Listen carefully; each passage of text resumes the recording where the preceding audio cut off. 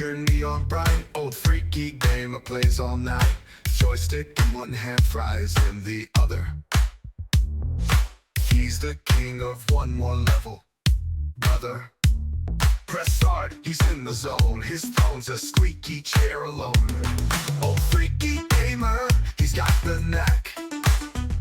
Blasting through the game's attack. Leveled up and don't look back. Old freaky gamer on the track. 8-bit dreams and a 16-bit past. His reflex is slow, but his will is fast. Button mashing like a man possessed. High score chasing, he's obsessed. Respawn, repeat, rage, quit, restart. Every pixel's a work of art. Game over doesn't mean goodbye. He's back again, give it one more try. Old freaky gamer, he's got the knack. Hello everybody, gamers and gamets alike. I am Mr. Mike, and this is the GamezAttack podcast here on OldFreakyGamer.com. This is episode 70. As I'm calling this episode, it's Gamescom time. So how's it going, everybody? How's it going? How's it going? Oh, we'll turn off that music. I love that music. It sounds really good. So we're gonna do some house updates before we get into any of the other talks, which is basically me talking about my upcoming Old Freaky Gamer schedule for not this week but next week. So basically this Wednesday we will have a Let's Play, which I will talk about in a little bit. And Friday we will have another live stream of RoboMike Rogue City on Friday, so you do not have to worry about that. But after that, going into the weekend and next week, I'll post up my RoboMike Rogue City video. I'll try to get it up Friday night after I do the stream for it and all that, and then I just gotta quickly edit it, and I'll upload that video and try to get it up on the website. It'll be easily viewable on my YouTube page on youtube.com/OldFreakyGamer-2023, so we do not have to worry about that. But after that, next week, I probably won't have a podcast on Monday. So there probably will not be, unless if something really, really, really, really big happens, and then I got to do like a mini cast or something. There's not going to be any podcast next week, Monday I should do the date so people don't understand, because as this podcast goes up, it goes out up the 18th, but the 25th, there will be no podcast. And on the 27th of this August, I almost said November, this August, there will be no Let's Play. But there will be an RoboMike Rogue City live stream on the 22nd. The 29th. Sorry. There will be on the 22nd, but the 29th, I'm going into the next week. So there's not going to be any new content for that Monday or Wednesday. Like I said, unless it's something really big happens news-wise. Most likely when Microsoft and Asus finally announced the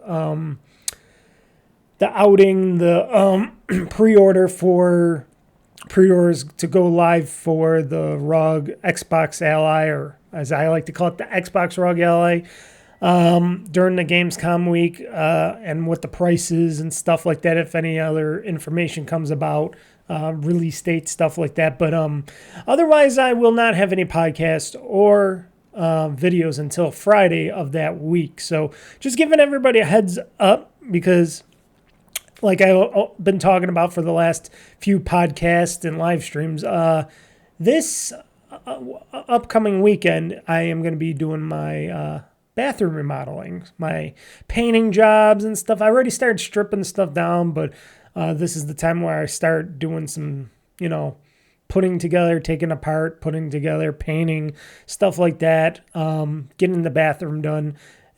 I'm guessing it's going to hopefully take me only 4 days. Fingers are crossed. It's going to be a lot of work in a short period of time to do, but I'm very hopeful that I'll get it done during that weekend time. which I will not be able to have time to do any podcasts or play any games or anything of that week. So that's going to be a pretty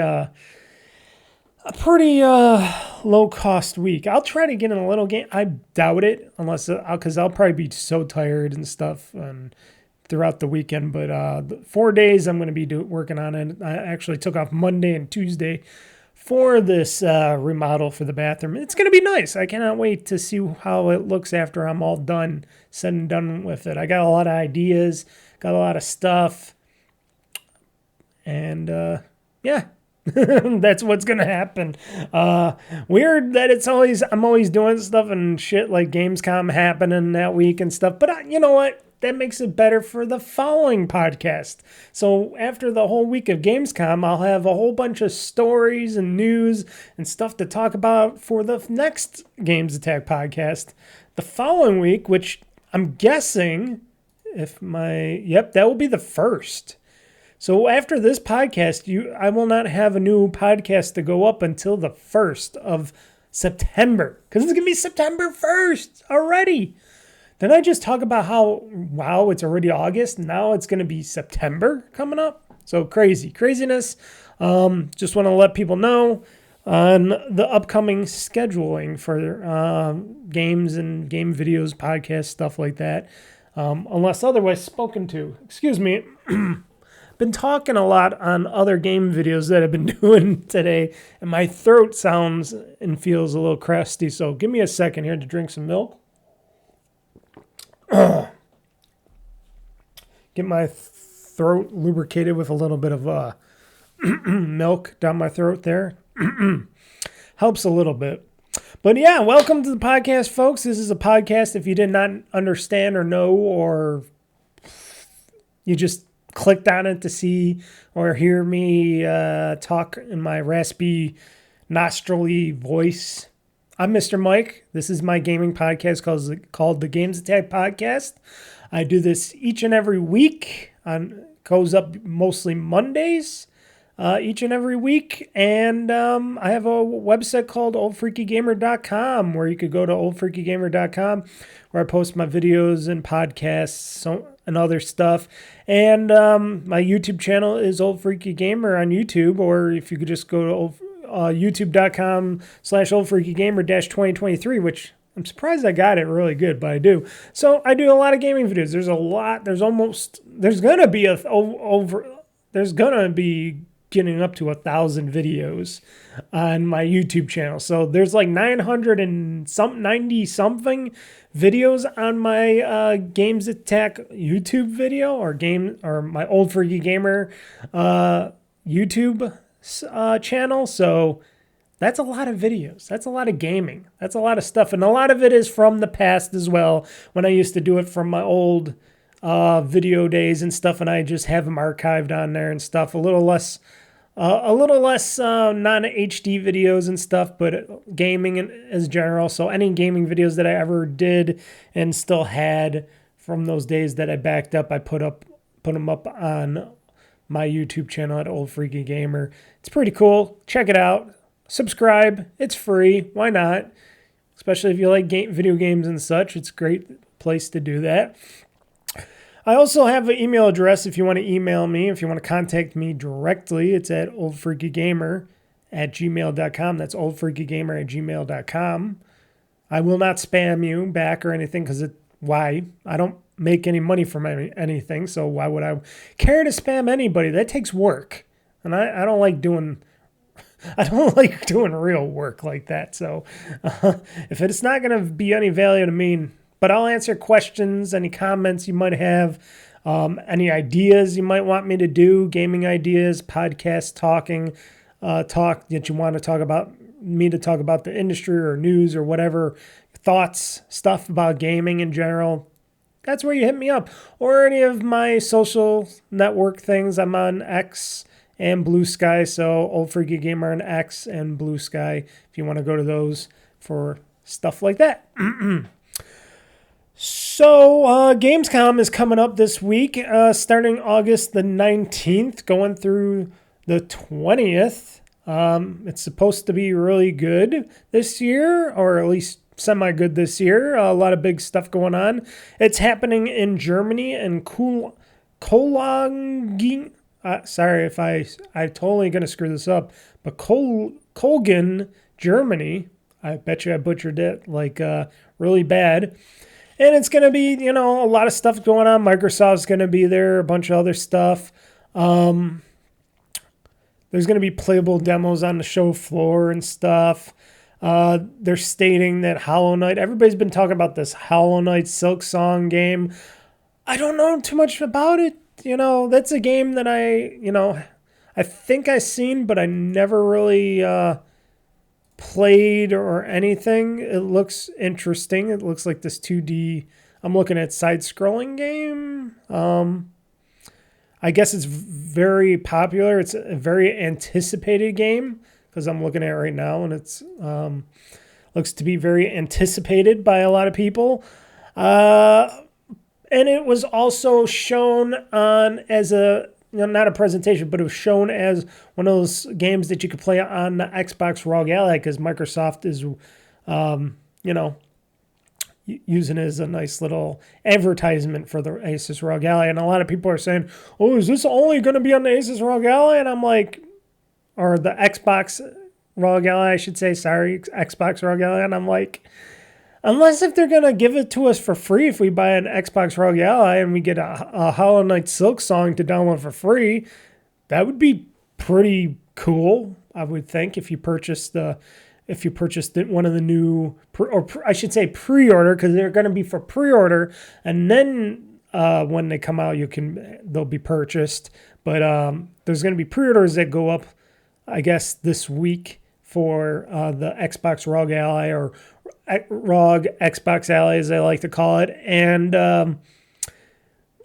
Hollow Knight Silk Song was featured on the commercial for the Xbox ROG Ally, and that'd be cool if they offered it for free for people that purchase that device as a little bonus pack-in, sort of, or digital pack-in, to say, hey, you bought this device here. Here's a good brand new free game, courteous of us and Asus, to get you to buy it, to play it on the Asus ROG Ally. Also, they're stating that Nintendo will also have a presence at Gamescom this year, which it did not last year. It's going to be showing some upcoming Switch 2 games. They did, I guess they skipped the show last year. Also, with more of a look on Call of Duty Black Ops 7. And that's just a few little games that they've been talking about, and probably a bunch of indie games and other games that we probably wouldn't think about or anything like that. Maybe we'll see something with that Is it an Iron Man game? I forgot. The Wolverine game is with Sony, but is there there's an Iron Man game, and I wonder if that will be shown or something from Microsoft in one of the studios. Because I thought they said Bethesda was going to show something, and I think it was somewhere in one of the was it the people that did the Wolfenstein games working on the Iron Man game, or is that somebody else? But yeah, Bethesda is going to be there, so I think they were doing an Iron Man game at Gamescom. But also, there's going to be, showing video events and stuff. Jeff Keighley is going to be hosting Gamescom this year. He's going to do his opening show for Gamescom, of course, because, he's always hooked into anything and everything. So they're definitely going to want that to happen. I don't know what else they would be showing. I know they might show maybe some more Gears of War Remastered. That's the only thing I can think of, because that's like the only game that I know is coming out soon. It's only coming out in like a few more days or something. I forgot when I looked last. It's less than 10 days when Gears of War, original Gears of War Remastered comes out for most platforms out there to purchase. Otherwise, I have no idea what else is going to be going on at Gamescom, unless if this whole rumor showing off not just the Asus ROG Ally, but there's also Asus is teasing another extraordinary Xbox reveal, which they say it is going to be for Gamescom 2025. It could just be a controller. That's what we're seeing basically here a little bit, is Asus probably making an official Asus Xbox controller, a ROG Ally, a ROG Xbox controller or something.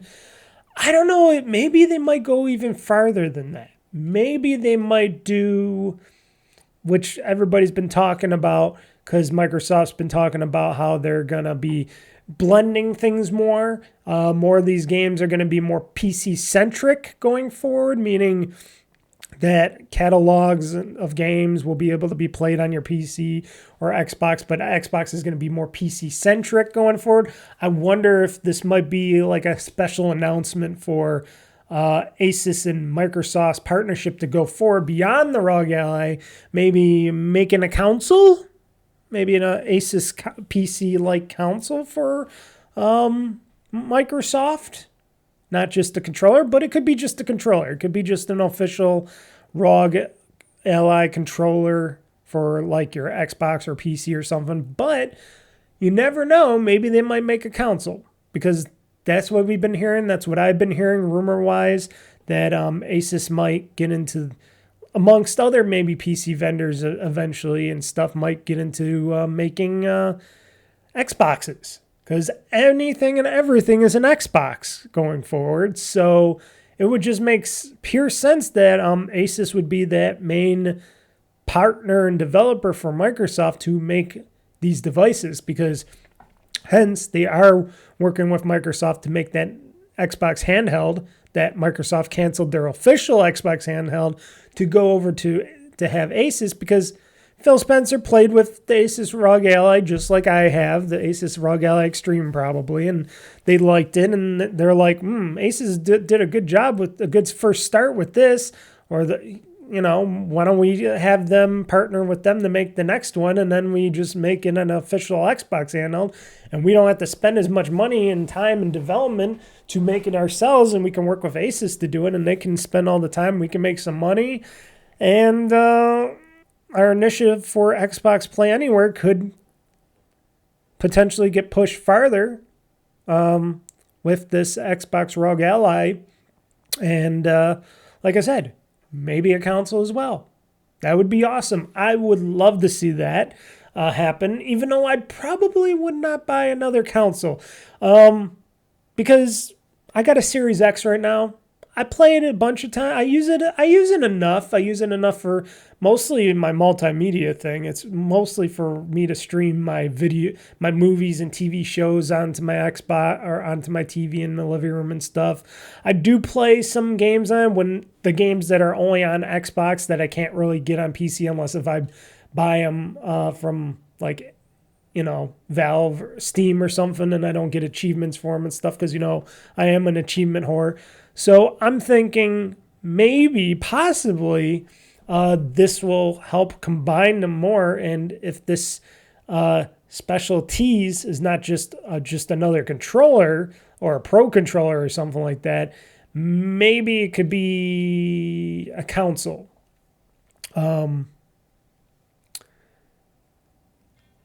I don't know. Maybe it's just a streaming controller. Maybe it's one of those controllers like what Google did with, what was it, Stadia? Is that what it was called? Stadia? Where there was the Stadia controller. It was a special streaming controller that can used to be streaming games on your TV via wireless and stuff. But I would hope it would be more like a little box or something that could play your games in 4K. Because you know what? Asus makes PCs. Asus makes all this gaming hardware and stuff. I'm pretty sure they would be an excellent choice to do gaming for Microsoft. Help them with the Microsoft Xbox initiative to go forward with that initiative of Xbox Play Anywhere, and help. The Microsoft could eventually bring the rest of that catalog and library from the original Xbox to now over to the PC side more. And that would be beautiful if I can play all my digital owned games from like Xbox 360, Xbox One, and so on, and be able to play those like natively on a future like Xbox ROG Ally or future Xbox PC hardware and stuff like that. That'd be really cool. That's what I would want. And still earn those achievos, of course. But I'm just throwing stuff out there. I'm throwing out ideas. Otherwise, I do not know what else this could be. If it's just a controller, it's just a controller. But I always think farther ahead because it's like, okay, sure, they're talking about how the next Xbox is going to be super powerful, but everybody's been doing that. Sony's been doing that. You know, Nintendo had their handheld is a little bit more powerful. It's as powerful as a PS4 or something like that. But anyways, I do not know what else is going to go on from Gamescom. I like Asus a lot. I cannot wait to see what other hardware they got going on. I am a big Asus guy. I have a lot of Asus hardware in my house. I use the Asus ROG Ally Extreme. I use most of my computer has Asus tech in it. It has a Asus graphics card. It has an Asus motherboard and a whole bunch of other peripherals on it. So I use a lot of Asus tech, which works flawlessly for me. It's like the best tech that I like, you know. And I used a lot of different. I used PNE tech and a bunch of other people's tech, but I felt like Asus does a hands down a better job with their hardware, you know, going forward. I never really had any issues with any Asus hardware. Some people did. I heard there was some issues with people in Asus hardware, but I never ran into anything like that. I always feel like the Asus hardware has always been as rugged as they've been touting it to be, and I always go out and pay the extra little bit of money to get that Asus tech, which never seemed to be more expensive than anybody else's tech, and they usually go and deliver beyond what they even promise for a lot of it. But that's just me. You know, your mileage can vary, and it could be different from anybody else. So I'm not gonna tout anybody else any differently from that. But going back to Gamescom, it is happening this week. It's going to be all week. Like I said, I won't talk about it until the following week, as we would say, because like I said, there will not be a podcast next week, but until the following week, and then I'll get into talking about whatever happened at Gamescom and stuff like that. Unless, like I said, some really big news drops in the gaming world, I will probably not be doing anything like that or going and talking Gamescom stuff until the following week on that stuff. So let's hope it's a good Gamescom. We see a lot of stuff in games, hardware, bunch of stuff. Plus, I want to see when and how much that Xbox ROG Ally is going to cost me. $1,000 probably, but anyways, and I'm already prepared for it because Amazon has this company, which I never heard of this company. This is like a new company for me, but I guess they've been around for a while, and they've been supplying like storage tech for other storage companies out there that sell it as their own name brands and stuff. And now they're getting into the business themselves to sell this tech themselves. And they're called Fickwatt. They must be a Chinese company or something, but they're called Fickwatt. I got this Fickwatt 4 terabyte NVMe drive. So it's a 4 terabyte NVMe drive from Fickwatt. It was on sale on Amazon. When you're listening to this or watching this show, it might still be on sale for the tech for this NVMe drive, but maybe not.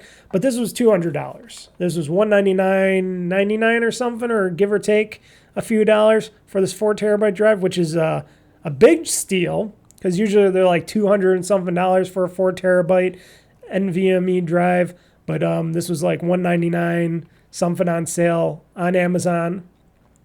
So I said to myself, well, I already know what I needed. I needed what is this? The two, I gotta look it up on here. I needed the M.2 2280 NVMe SSD. Yes, that's the model I needed for the new Asus ROG Ally that I'm going to get, because the one I'm going to get is the extreme version. It's only going to come with a terabyte drive, and I was going to get an 8 terabyte drive. I was going to be really greedy, Mr. Mike, and I was going to spend Google's amount of money, which would cost me like, what, $600 to $700 for an 8 terabyte NVMe drive. But I decided, Mr. Mike, you got a 2 terabyte NVMe drive in your Asus ROG Ally Extreme right now. You have not filled that sucker up. You got a ton of I got a ton of games on it. A lot of PC games on it right now. But I never fully filled it up. I almost did. I'm not going to say I didn't, but I almost did for that 2 terabyte. And I'm thinking, well, I think I should just do the middle road, save some money, because why should I have 8 terabytes? Unless I'm going to put, I don't know, if I'm crazy and I'm going out of this country or something and I'm going to need terabytes of games or something, I'm not going to be able to download games or something for a long time. Yes, get an 8 terabyte. I think 4 terabytes is going to be perfectly fine for me. Now, for my main machine here, yes, 8 terabytes is great for, for gaming and such. But for the handheld, 4 terabytes is beautiful. It's perfect. And like I said, I don't know this company, but I hear a lot of great things about them. It comes with a 5-year full warranty for this drive, which is great. And it's, got like a billion hours that you can run this for and stuff. It's supposed to be really interesting because, I bought other drives too from Simbrent and TeamView. Are they called TeamView or Team something or other? It's the Team. I think it's TeamView. Don't quote me on it. The team guys that make their hardware, their storage hardwares. But I used Team Group. So I used a lot of those weird brands that have been coming out. And I'm like, well, a lot of people, like I said, there's over thousands of reviews on these FICWOT, and that's FIKWOT, mind you, drives, NOS drives. They make a lot of different SSDs and M.2 drives and stuff like that. And I'm like, why not give them a try? Worst comes to worst, this fails, and then I just have to get a new one for my Asus ROG Ally, and then I just wasted $200. Big deal. It's not for my PC where I have critical stuff on here, where I have I think I have a Samsung drive on this sucker or whatever on my PC. This is just for a gaming device. So, I'll take the chance, put it in. It's supposed to be very low powered drive. It's supposed to be really fast as well. This is supposed to be a really fast drive. So I'm really intrigued by what this is. I got the FN955 PCI Express 4 M.2 NVMe solid state drive. Like I said, I'm giving it a try. Let me go to Amazon very quickly and see if the sale continues. Because if it is still continuing today, it might be ending today. But if it's still continuing today, then that means it should be going through through tomorrow and stuff. Yes, it's still on sale. 4 terabyte NVMe drive, limited time deal for $199.99 on Amazon for the M.2 2280 PCI Express. And like I said, this drive is rated to easily be used with your current Asus ROG Allies or your new one, which would be the Xbox Asus ROG Ally.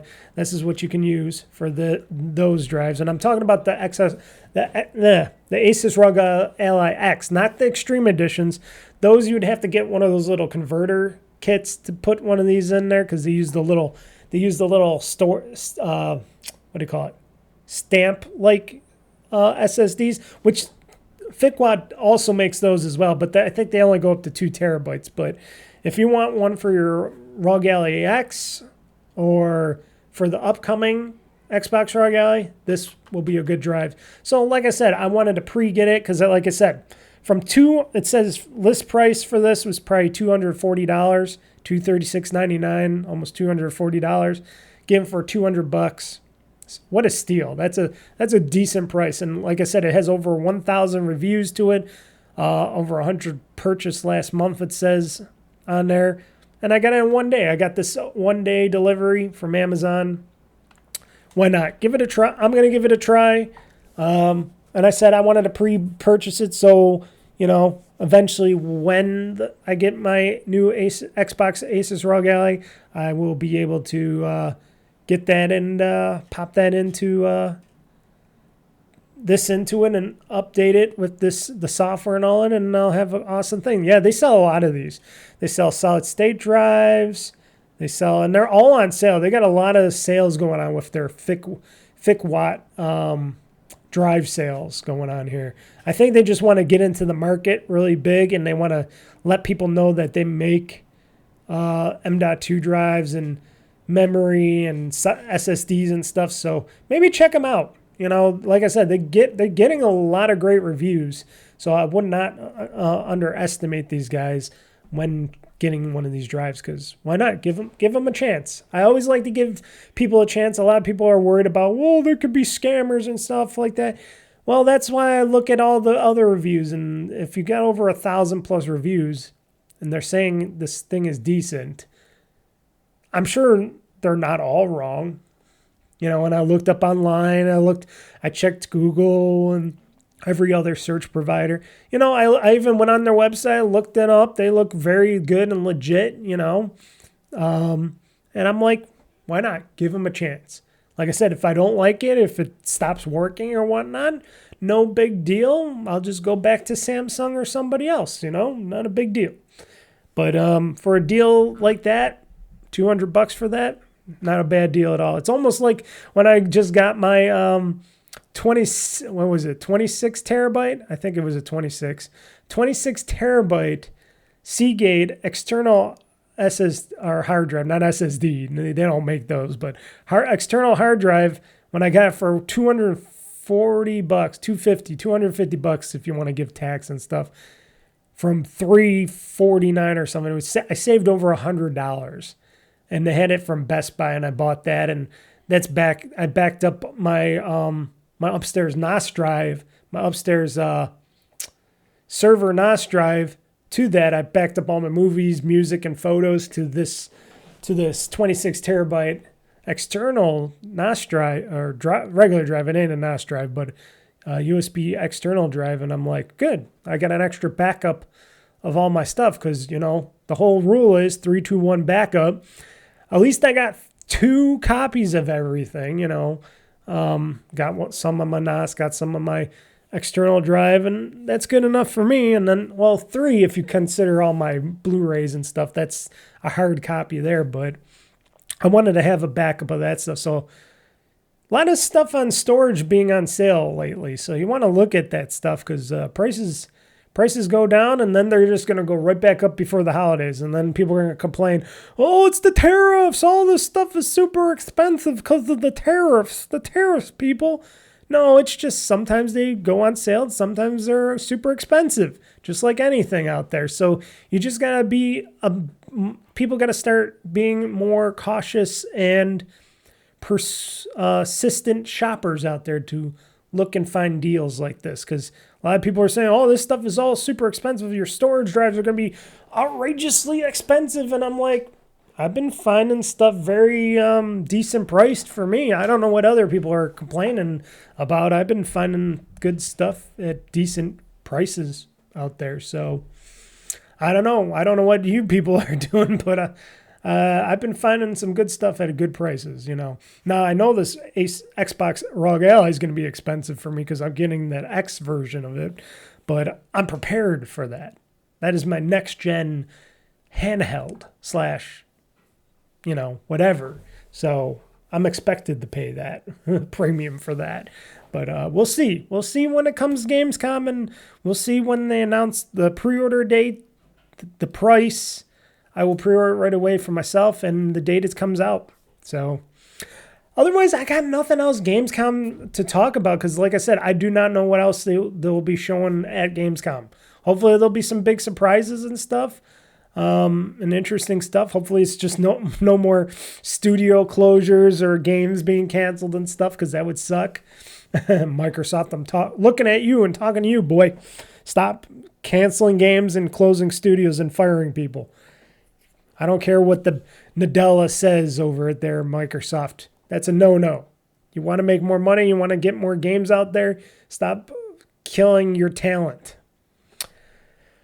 Anyways, I also purchased a lot of stuff. This is what's the problem with easy access to spending. And I will tone down my spending, especially when that Xbox ROG Ally comes on and I got to pre-order that sucker. But otherwise, I've been purchasing. There's been a lot of game deals out there, folks. A lot of them. And you got to be... If you like your video games and you're complaining like me, the video games are too expensive, whatnot, and all that stuff, and you want to do a lot of gaming, sometimes being patient is the answer. Sometimes you'll find a lot of deals. Steam has been having tons of sales over and over and over that you can get all these games on sales and stuff. And also Microsoft, Microsoft has been having tons of sales. I don't know anything really about PlayStation, and I know Nintendo doesn't probably have many sales. I don't know about the PlayStation side.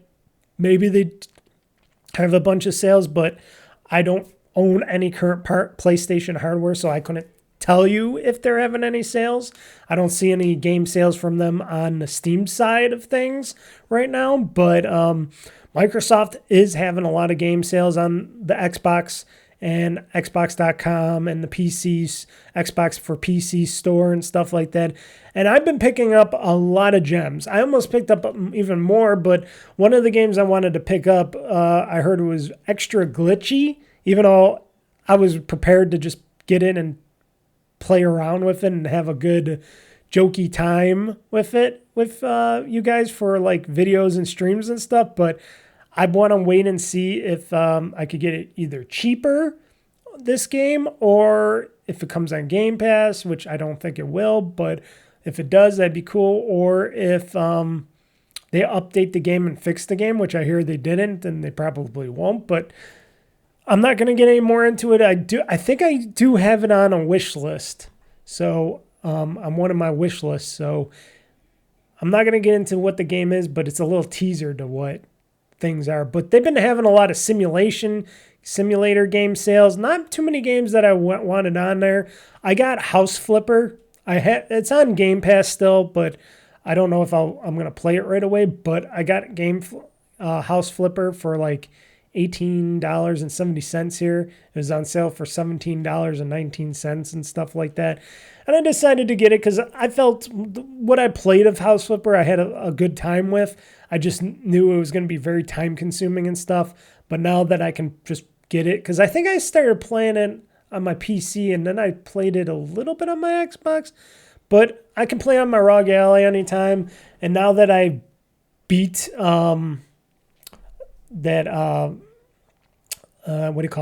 crime scene cleaner game, it's like, well, maybe I might want to get back into House Flipper again or something like that and just play that eventually, because why not? And for like $18 and something cents, that's a steal for a game like that nowadays, especially now that they got House Flipper 2. Another game I purchased, which this game you probably would never have thought that I would ever purchase, because I always talked about how I do not like these games and I do not play them, but I do like the franchise. I've purchased because it enticed me, and there's going to be a big reason, and you might like or hate the reason why I've purchased this game from Xbox, from my PC Xbox store. I purchased Resident Evil 3 for Windows. And you're probably asking yourself, Mr. Mike, you hate the Resident Evil games. You hate that Resident Evil game franchises. Yes, in a way. But I figured, well, Resident Evil 3, I hear, is really, really good for from Capcom. I heard all the Resident Evil games were the remakes or remasters or whatever they want to call them, the redone versions of them were good. And the reason I purchased and picked out, well, first off, it was on sale for Resident Evil 3. It was on sale for $10.49, which is weird. I got it for $11.41 after tax. So it cost me less than 15, 20 bucks, you know. It cost me not that much money. Two, and like I said, you're either going to like me for this or hate me for this, but I am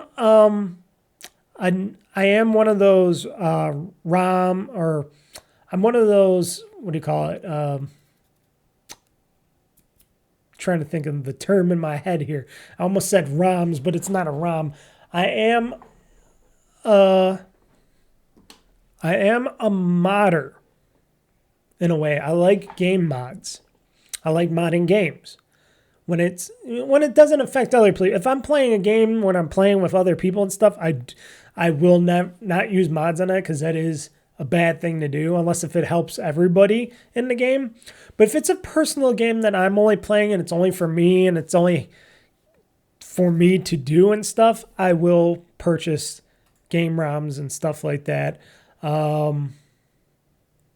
So I've purchased Resident Evil 3 for Windows, and from Nexus Mods, they have a bunch of mods, special mods, because I look it up for games. Because I look it up for games that I know that a game that I want to play, but I know I'll never play because the game is either too difficult, too hard, or something. If I can't keep up with it, if it's a game that I know that I will fall off of, and I'm like, but I would really love to play through the game, and I just don't want to watch somebody else play it.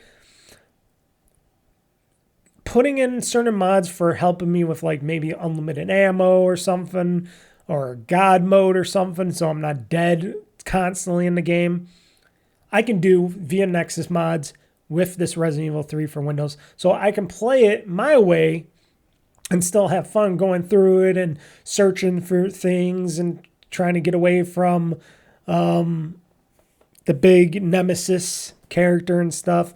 And enjoy the story of Resident Evil 3 for the first time. And if that all goes good for me, maybe I'll get Resident Evil 2 and stuff like that. And maybe Resident Evil Village, I hear, is okay and stuff. You know, the other Resident Evil games that they have out. I even hear that they're doing Code Veronica and stuff like that. But I wanted to try this out. There are some mods for it that looked interesting and would help me better play. Because, like I said, my finger functionality is not good. It's not good at all. It's really bad. Because, like I said, I got the stiff, slow fingers as a gamer, but I want to enjoy the game. And because I'm not hurting anybody else, and this ain't an online game or anything, I feel like, well, why not? Why not? If it's only for me and it's only going to affect me, why would that be any problem? So I figure, why not give it a try? If I still fall off of it, I fall off of it. It's only like I'm only paying a little bit more than $10 for it. So I figure, let's give Resident Evil 3 a whirl. Plus I can play on my Asus ROG Ally and my PC, and it's going to be great. So that's what I purchased. Those are the two games that I purchased on top of all the hardware purchases I made with the hard drives and stuff and storage and stuff like that. But those were the two games. And like I said, I've been seeing games and I've been so twitching. Little twitches of me been like, oh, they got more games on sale on Xbox.com. And I like to look at Xbox.com too, because sometimes you can find even more games on sale than you're looking through the console store or the PC store. Sometimes you can find, oh, is this game playable both on Xbox and PC? That's the kind of games I really like to look for. If I can play them on both the Xbox and PC, so I can actually go between, or if they're cloud-based games now, because obviously the cloud play via Xbox Cloud Play has been pretty good. So if I can play them like an Xbox game like Assassin's Creed Shadows, I'm going to be playing via Cloud Play on my Asus ROG Ally going forward.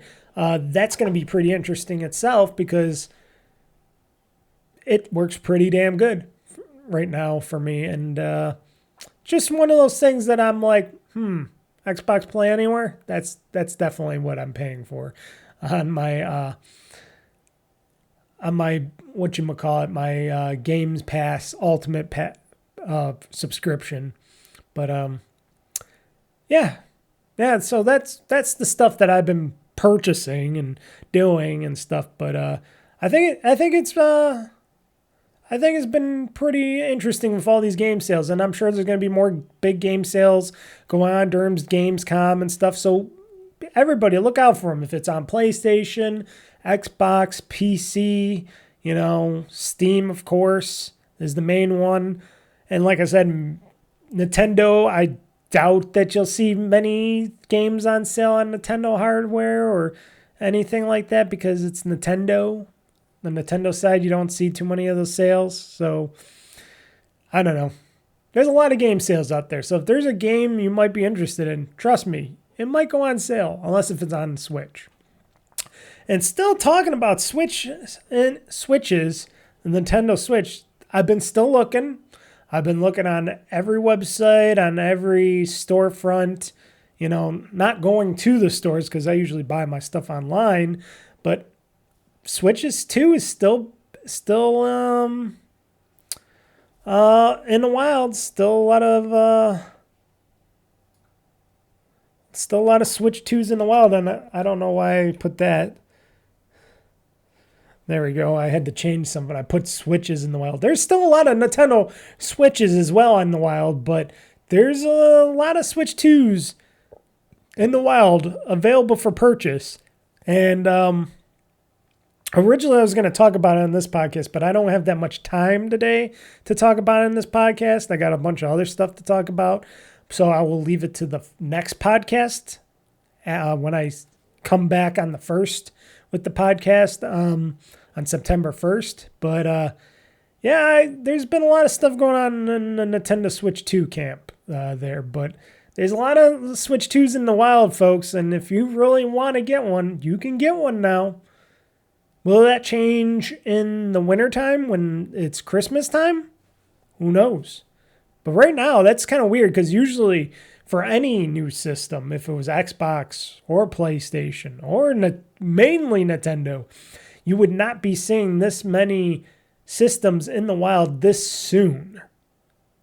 And online right now, Amazon, Best Buy, Target, Walmart, you can get a Switch 2.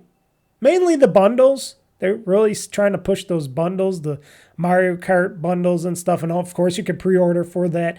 Pokemon bundles as well. But if you want one right now, they do got a lot of those Mario Kart bundles out in the wild now. Not too many of the regular just Switch 2 units, which is, I understand that. I'm surprised they had 2 SKUs of it anyways. They should have just had the 1 SKU, but it's Nintendo, and people always like to give a little bit of choice. Maybe not everybody likes Mario Kart, so... but they're in the wild, and they're still going strong if you want to get them purchase one. I'm sure all the scalpers out there were like, oh, fuck. If there's any scalpers out there for the Switch 2. If there's anybody out there trying to pawn off a Switch 2, you're just going to be selling it at cost or less nowadays. So just saying, especially when they got the whole thing going on with Switch 2s. If you want your warranty with them, you got to have the purchase receipt with it. Because if you don't have that purchase receipt, you don't get a warranty for your Switch 2. So many extra new rules for that stuff that can hamper secondhand selling of Switch 2s and stuff in the wild. So be aware of that. So talked about all that. We're going to get into the games news. But first, before we get into the games news, I got this little thing that I call What the Games that Mr. Mike has played in the past week. And I played a few games. So why don't we talk about them? The games that have been played in the past week. I used to have the other one where it goes, ha, ha, ha, and it had the Skyrim Chan and stuff and all that other stuff, but that's somewhere else. But I chose this one because it was the lesser. I'm trying to shrink a little bit of my stuff down for you guys, so you don't have to hear this long musical numbers and stuff from my stuff. I know some people complained about, oh, your starters are too long, your musical numbers are sometimes too long, and I'm like, okay, I'll shorten them up a little bit, not too much, but a little bit. So games that I have played in the past week, because now that I can say it, because I do this podcast each and every week, except for next week. Like I said, no podcast next week, so it's gonna be weeks again for the next one. RoboCop Rogue City, which just started off with that great game. I love it. Been playing it, been streaming it. Had my last stream, which I think was probably the longest stream I had on RoboCop, because of the last part. I ended up in the courthouse mission where I'm trying to find a key card, and it got mysteriously evaporated, or it never showed up. I looked up online after I was a little frustrated of the last stream for that RoboCop Rogue City, or RoboMike Rogue City stream, and I found out that there's 2 courtrooms, which I kind of figured, and that there was you can bust through the wall, and I'm gonna just, anybody, spoiler alert, if you go to the bathroom area, which I kind of figured, but I just was hesitant to do, like, I wasn't thinking at the time, but in the bathroom part of the courthouse, you can bust through the wall, which I kind of figured I could, but I just, for some stupid reason, I didn't, because I was so fixated on killing the bad guys in the other courtroom that was open, and trying to find that key card and stuff, and it's pointing to that spot. When the game is pointing to that spot and there's no key card on that table, it's like, what the fuck? What I have found out and learned online, that this is like, I don't know, an official glitch or not an official glitch, I don't know, but otherwise they say it's a glitch, and if you bust through the other courtroom, even though you looked at the other courtroom,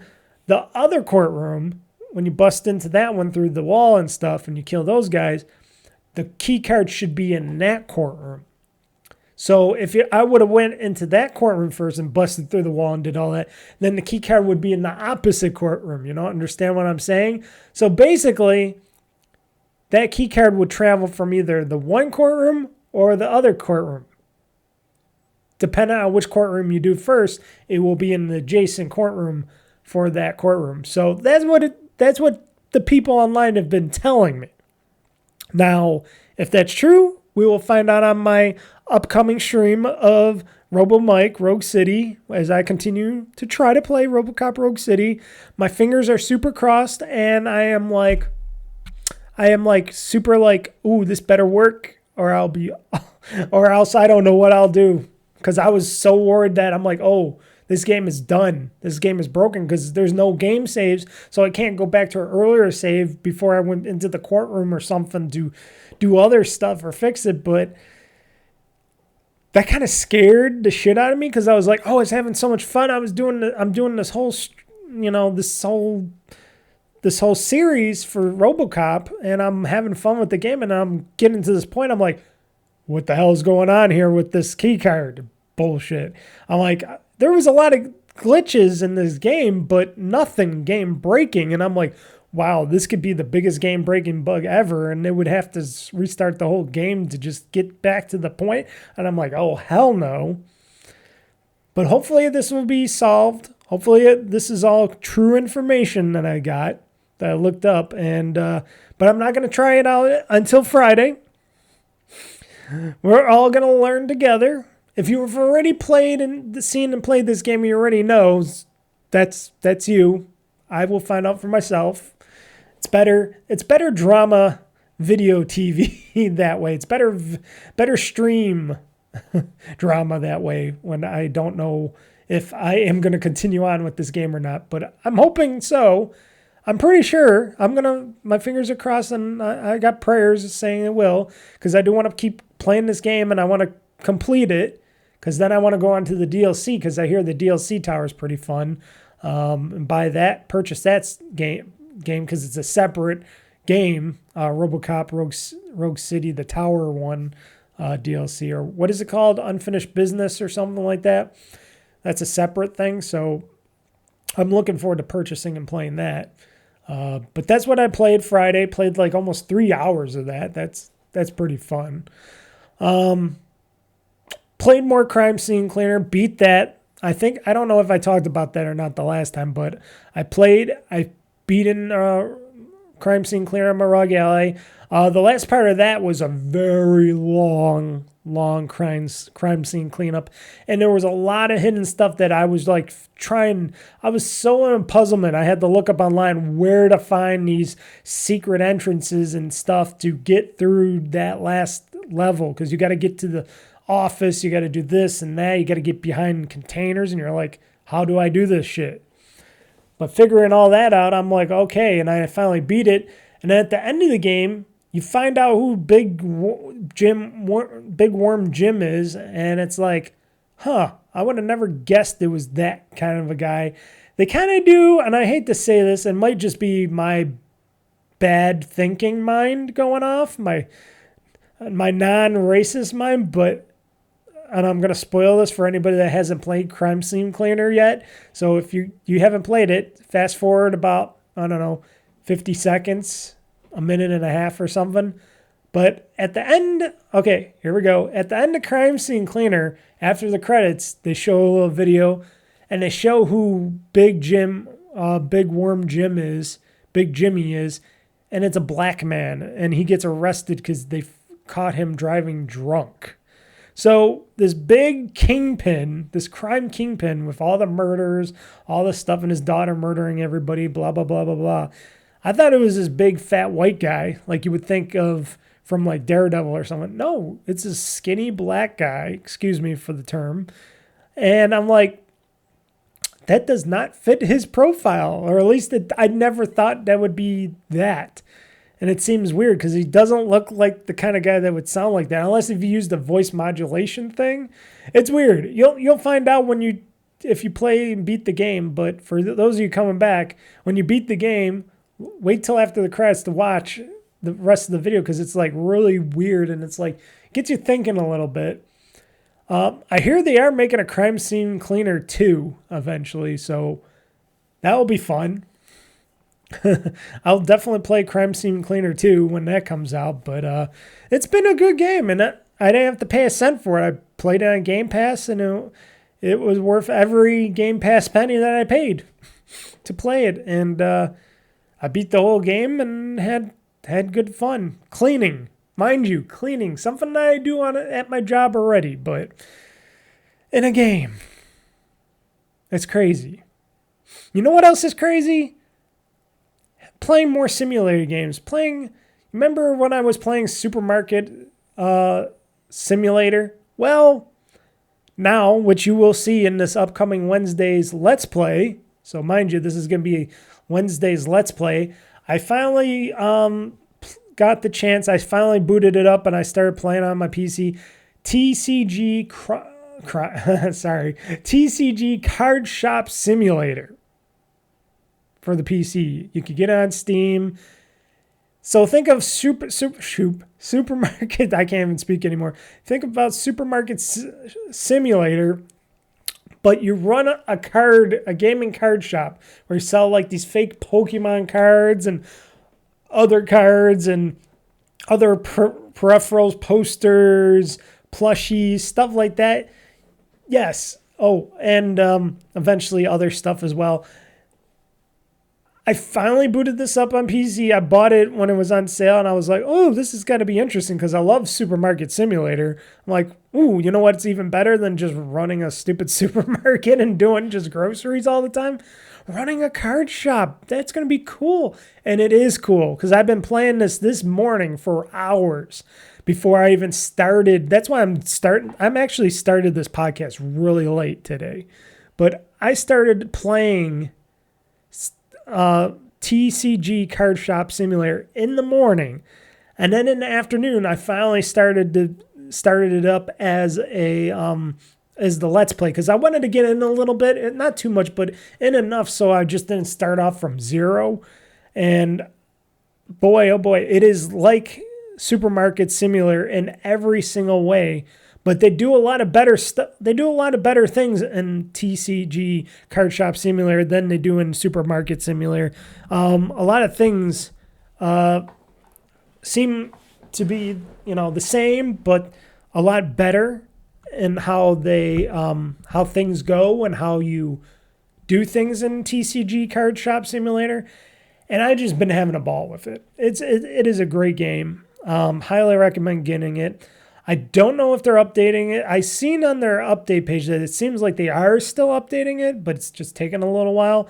But there's a lot of stuff they still got to do. Like you can't play against each other with the card games yet, but that's one of those things that they're talking about or promising to put it in the game so you can actually use your cards that you get. Because you can get cards too. You can open up packs of cards. Like I can just take the cards that I'm selling right off the shelf, open them up. You'll see me open them up, going through them just like anybody would on a stream or something, because that's been a big thing out there. Oh, look at this. I'm card pack openers. It's a big thing out there. I wouldn't waste my money on packs of cards anymore, but if I was a kid, I would like to get them to have them, but these people do it for a profession to try to get high value cards than sell them. But anyways, yeah, you can open up cards. They show you can open up slowly or fast, and then you go card by card and you look at them and it tells you how much they're worth. And I've been getting some big expensive cards, like $100, $200 plus cards. I actually can purchase and trade cards with people, or at least purchase. I can't trade yet. I think I can sell my cards. I got to figure out how to do that. But I've been buying cards from customers because they can come up to you and ask you, oh, will you buy this card? And you can see, and it shows you how much the card's worth in the wild, how much they want for their card. And you can give them what you think is the card is worth and stuff. So the highest price card that I purchased from a customer in my card shop was over $1,000. Yes, over $1,000 for a card in this game. And it was fun. And you own this card shop where you can sell cards, sell packs of cards, box cards, big boxes of cards, stuff like that, card cleaner, stuff like that. And it is just a fun game if you like simulator games. And I like a lot of simulator games. There's a lot of fun simulator games, especially these, like, should I say, I don't know if these are just same cheaply games, because these are made like on the same, I don't know, should I say same architecture is that is Supermarket Simulator and I guess other simulators are like, because TCG Card Shop Simulator plays and looks so exactly like Supermarket Simulator. I'm like, they must be making these off the same game engine. It's using Unity, but it must be this like special game engine that all these people can make their games through the same template, but just one's a supermarket, one's a car, they got a video rental service I finally found on there. I got to check if there's a video games sales simulator, because if there's a video game making like a GameStop simulator, I will definitely purchase that. But the TCG Card Shop is, like I said, it's so like Supermarket Simulator that it's like, it's got to be running like the same architecture, software, stuff like that, because it can't be anything else. But it runs really good. It runs really well. It looks really good. I can put up posters on my walls. I got these big giant statues of these like creatures in my lobby of my store and stuff, and I can purchase different ones, and it upgrades the same way as you do in the other ones. I also cheated. Mind you, I did mod this a little bit. I want to mod it more because I like modding these. But I modded it just a little bit. So I'm a millionaire. So I gave myself $1 million in this game so I could just continue on. I know, cheat. If people don't like cheating, then you don't have to do it. But I wanted to speed up the process a little bit. But I'm playing it regularly. I haven't did my level up cheats yet, but I also did like other various little cheats to make the game better with like move the garbage cans, stuff like that. But in the game, just doing all the haggling, doing all the stuff. It's really fun. It really gives a good sense. And you'll see, because I almost did a 3-hour video of this Let's Play as well. Because I just couldn't stop playing TCG Card Shop Simulator on this. You get all sorts of customers. They have way more variety of people coming into the shop as well. Men, women. You even get they got stinky men and women coming in the shop. So they're all stinky. You can tell because they're all got a green aura around them. They got like a little fly things buzzing around them. And these are people that are stinky people, because apparently some nerdy people are very stinky and they can go into your shops and stuff. And I'm like, so I got this stinky man and the stinky woman coming in buying stuff. So far, other customers do not complain about that, but there's these air purifying machines, or should I say people purifying machines, that you can put in your card shop. And once in a while, they'll spray this cleaner out, and they spray on the stinky people and they clean the stinky people, and they turn into just unstinked people. And it's just so funny. I'm watching, I'm like, oh, she got sprayed. The stinky lady just got sprayed with the cleaner, and now she's clean. You just see her go, doo-doo-doo-doo-doo, and all the green comes off her and stuff. It's really funny. You got to watch the Let's Play. It is a fun Let's Play of TCG Card Shop Simulator. I'm definitely going to do way more Let's Plays of this, so get ready, folks, for me to play more TCG Card Shop Simulator for upcoming weeks, and I'm definitely going to mod the shit out of it. I'm going to try to do a bunch more mods. I want to do some music mods, some art mods. I want to get the level up mod so I can get more stuff into my shop and make my shop bigger faster. I want to get some actual Pokemon cards in there and other cards as well. They even got some racy cards as well, some very racy sexual cards in there in the mods as well, but I'm going to stay away from those so that YouTube and people don't get all pissy at me, because you see some cleavage going on there in these cards. They're pretty cool. But they got a bunch of them. I wonder if they got some Final Fantasy cards and Magic cards. But they got Pokemon cards. That's the basic. And eventually, like they said, these cards, because you'll look at these cards, these are actual cards that they created. And they look like actual like Pokemon cards. And they got stats. They got all your stuff on there, XP, battle types, and all that stuff. And eventually, with these cards that you get, you will eventually be able to play like the AI. I don't know if you'll be able to play other people, but eventually you'll be able to play the AI in the game and do all that. That's what they're promising. We'll see if that ever comes to fruition in the game, but it is a hoot and a holler. I'm enjoying it. Like I said, I do love my simulation games. Look at Crime Scene Cleaner. Look at Power Wash Simulator and stuff like that. And I've tried other ones. I tried Lawn Mowing Simulator. That sucked. This next game, the next game I'll talk about in simulator games, I'll be talking about in a little bit. But I do like some good simulator games. And, you know, like the video game making game that I got. I forgot what it's called. But I got that game. It's from I think from Gameloft or whatever. Is it on here? I'm pretty sure it's on here. Yeah, Game Dev Story. That's a game making simulator. Technically, that was originally on phones and stuff, but I got it on for the PC. But yeah, I do like some simulated games. I do like some game simulators. A lot of them are too much for me, but some of them do it just right, where they give you just enough to simulate it, but not overpower you on that stuff, and it's just remarkable. Highly recommend it. Like I said, you're going to definitely see it this Wednesday. Definitely watch the TCG Card Shop Simulator. I was planning on doing this I was planning on doing a Let's Play of this for a very long time. I had this in my Steam library for months and months and months and months. I just never got around to playing it. And now I'm thinking, well, what am I going to play for this Let's Play this week? And I'm like, it was either between playing some more Ninja Gaiden 2 Black or TCG Card Shop Simulator. And I'm like, God damn it, Mike, play some of that TCG Card Shop Simulator already. And I said, yeah, I might as well do something unique, something that people don't usually see on videos, right now. So I did that, and I had a blast. and I'm going to have more of a blast because I'm going to continue to play this game. But playing this game a long periods of time hurts your wrists. So you got to make sure you have a good wrist pad. I do, but still, when you're using keyboard and mouse and you're doing this all day, yeah. So that's you can get it on Steam. It's on sale still.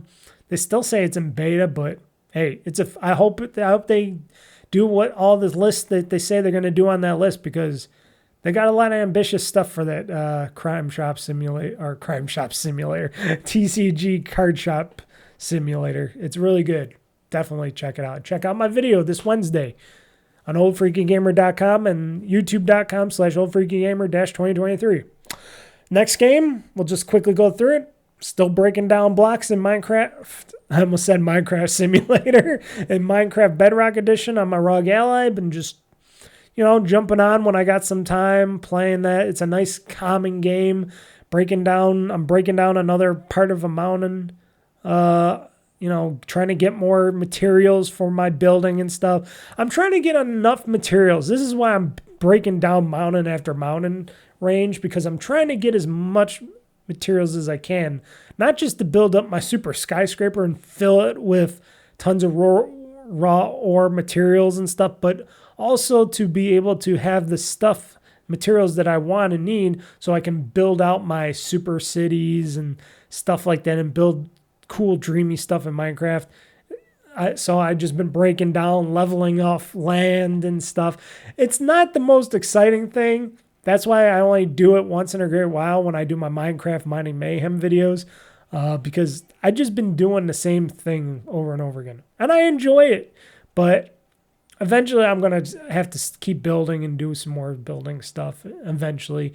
I want to finish the tower first. I want to finish my super storage tower, which I'm just keep building in the sky higher and higher and higher, as high as it could let me go. That's when I'll stop, and then I'll continue on doing other stuff. But that's all. Looks great, plays great. That fake ray tracing that they do in Minecraft Bedrock Edition looks really good at times, especially with the lighting. The lighting going across now looks beautiful. The lighting and the shimmering of the water and the reflections of the water is just phenomenal in that game. And I'm just looking at it, I'm like, oh shit, I forgot it does that. And I'm looking at the certain things in the sheep and certain animals and stuff. I'm like, oh yeah, I forgot they updated this game a little bit to be a little ray traced a little bit, with the fake ray tracing in this game, and it looks beautiful. It just does with everything. So still a fun game. And I think that was the best update they did yet, because usually they do a lot of stupid updates, but I think doing the fake ray tracing elements and putting that in the Minecraft Bedrock Edition just works. Simply. Been playing that on my ROG Ally, because I've been playing a lot of games on my ROG Ally. This game, however, I did not play on my ROG Ally, but Farming Simulator 25, tried it on my Xbox Series X because it was on there, and tried it out a little bit, played a little bit of it, learned some stuff. Seemed very simple.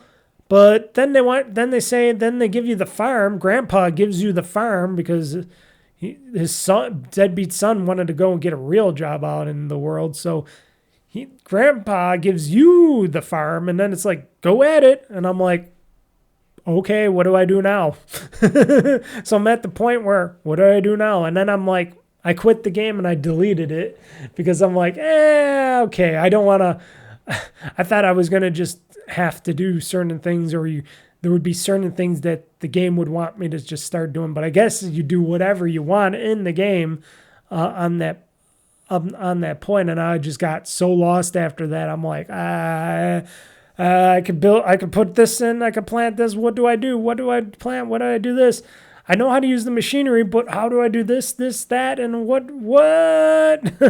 I'm just doing the what? And I'm like, okay, I got to quit my time in Farming Simulator 25 because it just overwhelmed me. At least I tried it, but I'm not something that I'm going to be wanting to play. It goes beyond the simulator games that I want. It does that thing where it's like Flight Simulator does now in 2025, where it's so simulatory, that it's so realistic that it's like too much for my little brain to comprehend now. I could do it eventually, but it's just like, I want the simpler simulators, like TCG Card Shop Simulator, or Crime Scene Cleaner, or Power Wash Simulator, stuff like that. That's the kind of simulators I like. Simple, straight to the point. Let's get into the fun and do this. This is just for people that are insane. And that trucking game that I got on Steam, which is another game I got to start playing, the trucking simulator game, that's going to be a lot too, but maybe not as much as this stuff, but we'll see. Been continuing on with Bioshock Infinite on the DLC. Don't know when I'll have that finished, the video finished for you guys, so keep on hold for that, because I do want to finish my Big Daddy Bioshock series with Bioshock Infinite's DLC, which I am currently in the middle of. I completed the one chapter, the first episode. Now I'm going into the second episode, and I'll record all that, and then I'll put that all in a nice video package for you guys, and I'll get that right out when I'm able to. But I've been playing a bit of that. It is definitely it's fun, but it is bare bone basic, let's say, for the DLC. It is kind of really basic, and it's really like in its terms of the game, but I understand what they were going for, but I understand that it kind of failed because it failed. Because a lot of people did not like the DLC for Bioshock Infinite. A lot of people didn't like Bioshock Infinite, period. But I liked Bioshock Infinite, and the DLC is what the DLC was, and I did remember what this DLC was like, and I'm like, oh, okay. Yep. But like I said, I'm still working on the videos for it. Still recording. Still got to finish the episode 2. And then when that's all said and done, I'll have that out for you guys, because that's my promise. So I played a bunch of that over the week, and then finally jumped in for a few hours of more Vampire Survivors on my Series X console, and had some more Vampire Survivors fun. I got most of the achievements out of that game. I've never thought I would, but I do. And sometimes you just want to go back to it and have some Vampire Survivor fun with all the DLC and stuff that you can buy for like $1.99 and $2.99 and stuff like that. Really fun game. I'm definitely sure they're gonna make a Vampire Survivors 2 eventually, because why wouldn't they? Unless if they do something different and they don't call it Vampire Survivors 2 and they call it like something else Survivors, made by the people that made Vampire Survivors. Maybe Terminator Survivors or Holocaust Survivors or anything. They could Fallout Survivors. They can make a themed Survivors game. Who knows? They can do a lot of stuff. But played a bit of that.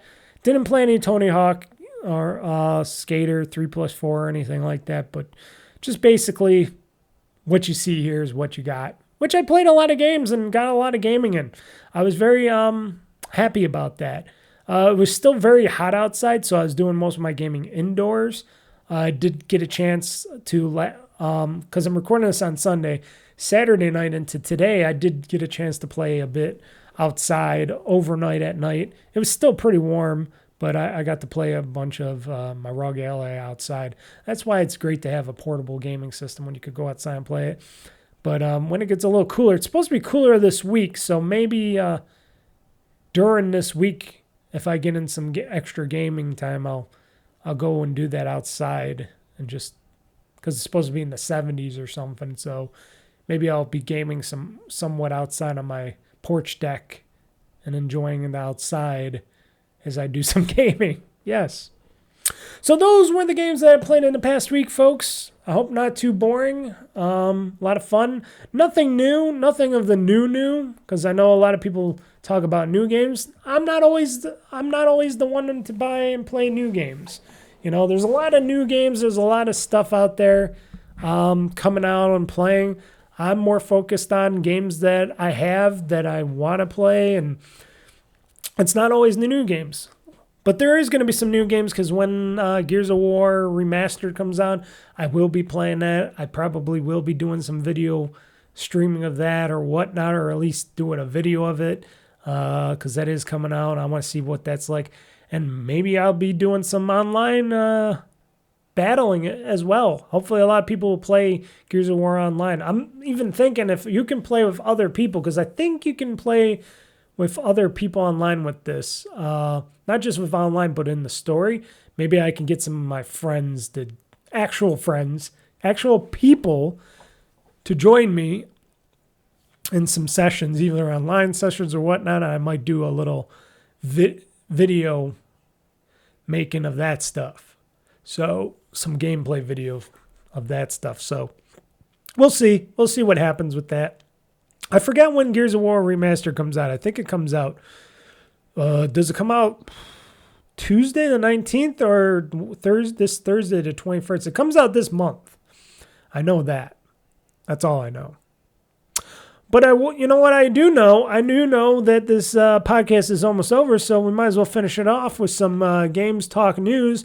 And let's see how much of this Game Talk news that we get into, because I'll probably have to speed through it, because I got to still edit this stuff and maybe get it uploaded today. I might have to upload it on the day of, because it is getting late. So let's get into the Games Talk news. That is the Games Talk news of this podcast show. Locked and loaded, ready for the fight. Game Talk news, gonna set the stage alight. Mr. Mike's got the scoop, he ain't holding back. Dropping bombs on the gaming industry track. Hear the thunder, feel the roar. Game Talk news, gonna settle the score. From E3 to PAX, they got it all. The highs and lows, ready to brawl.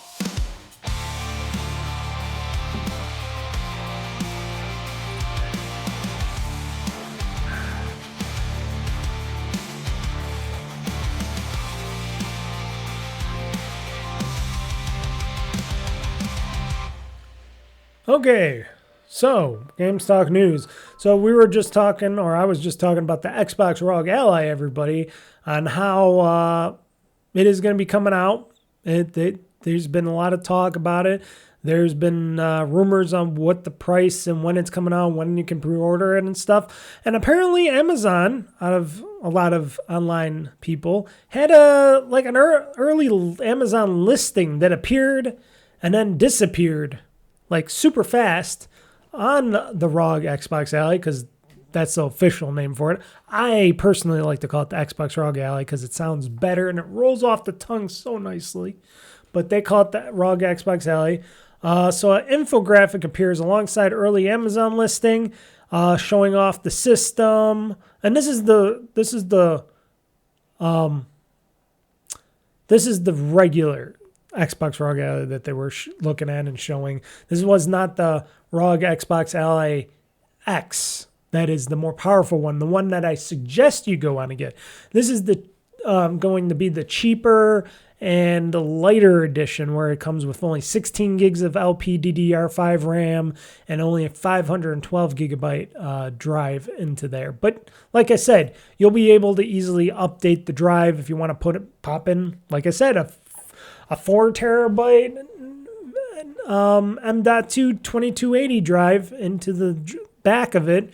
You can do that and update that, but you're still going to be limited to the 16 gigabytes of LPDDR5 RAM compared to the 24 that I'm going to be getting on the X version. And the AMD Ryzen Z2 chip is only going to be the A processor, not the Extreme processor, which is a lot more powerful, has a bunch more threads and stuff like that on that other chip. Plus, the battery capacity is going to be 80 watts per hour on the Extreme compared to the 60 watt hour on this regular edition. And the only reason why this is a lesser edition on all this stuff is because price. It's always they want to have a lesser price point for one of the systems compared to the other, because they want to see if they could get more of the market on in. And I bet this will, and even though Microsoft is heavily working with Asus on this, especially on the software side of things with Windows and the Xbox storefront or the Xbox environment in general, they're trying to get as much power out of the system as possible so they can get to at least what like a Series X can do and stuff like that. So if they can get this to be like a Series X and then the higher up version more closely to a to a Series S or a Series X console. Did I say X on this? No, I said S, right? So they want this to be like the S version and then the other one to be the X version, the more extreme edition of the Asus ROG or the ROG Xbox Ally. They're going to want to do, different power schemes. And then, of course, they're going to want Windows to be stripped down as much as possible in this version with the best power and full play of Xbox on it with all the digital games and stuff, which I am hoping, still fingers are crossed, that they will be able to do. Hopefully they'll show it off more at Gamescom on what this thing can do and how well it can do it. Like I said, I'm ready. I'm excited for this Xbox ROG Ally Extreme. It is something that I want. And like I said, the original is going to cost probably around like $600, $600 or something. They're saying like $500 or $600 US for this base model of the Xbox ROG Ally. And then the other one's going to be like $900 or something like that, $800 or $900, which to me does not matter. Let's see here. And I'm just raring to go with this thing already. That's what I am. I'm raring to go, and and this is just like teasing me. I'm hoping to be able to play this or buy this thing on Xbox.com and stuff like that straight from Microsoft. But if Best Buy or somebody has an easier way for me to get it, maybe I'll get it from Best Buy again or something, because I bought the first one from Best Buy, but I would want it from Microsoft because I think they would offer me better stuff. I don't know. I'm always thinking like warranty-wise or whatnot, but who knows? We'll see. Because if I want it like right away and I want to pick it up myself, I would just pre-order it from my local Best Buy and just pick it up from the store and take it home. That'd probably be the best bet for me compared to having it shipped to my house, waiting for it to come. If it comes too early, stuff like that. I don't want it outside waiting in the rain and whatnot. Elements and stuff. You know how it is. But very excited. That's going to be shown off at Gamescom some more. So let's hope they show off some good stuff. Give us some great news. Talking about some maybe great news and maybe not so great news. Who knows? But Asus moves U.S. manufacturing to avoid tariffs, but not to the United States. So basically, Asus is one of those many people, hardware companies that make their products overseas, not in the United States because it's too expensive and blah, blah, blah, blah, blah. It's because they make less money and it would be harder to hire decent people to make this stuff here in the United States. And they figure, well, it's cheaper and faster and better labor overseas and, from other people. So why not do it overseas? And then with the whole Trump tariff movement right now, them, like many other hardware tech companies and other companies in general, are moving and switching and swapping and trying to get out of the way of the tariffs. But here's the thing. They can be moved anywhere. So it seems like a fool's errand doing it, but Asus, like many companies, have to try to make money. So they're trying to go elsewhere with their company and take it elsewhere. Take it to somewhere where the tariffs aren't as good, as high and mighty and stuff like that, and make their products elsewhere, which I'm like, okay, fine, as long as your products still are very good. But if your products are still robust and still good to buy, okay. But if it starts making them less, what should I say, less,